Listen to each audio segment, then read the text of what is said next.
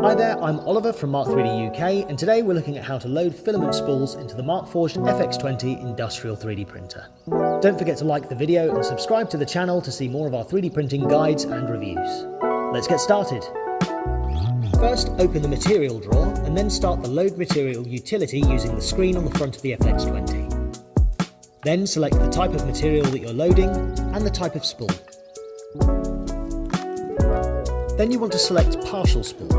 Now we do this because every spool has a bit of extra material for purges, and by selecting partial spool, you'll get every last CC. Then open up the new spool, removing it from its protective airtight packaging. From this point onward, try to be as quick as possible. Then find the end of the spool of filament and clip it at a 45-degree angle. This makes it easier for the extruder to catch it. Next, you need to weigh the spool and then enter the weight of the spool into the workflow on the screen.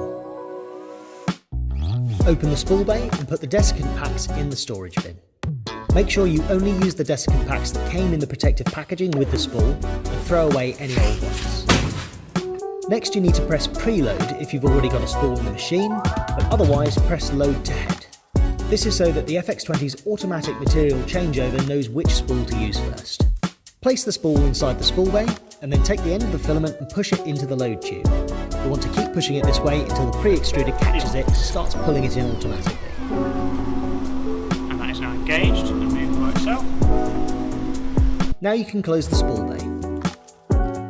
If you chose Load to Head, at this point the printer will do an automatic purge and prime the nozzle for printing.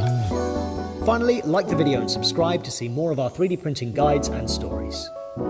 Let me know in the comments if this video was helpful, and if you'd like to see an FX20 in person, you can use the link in the description to get a demo part or a live demonstration in our showroom.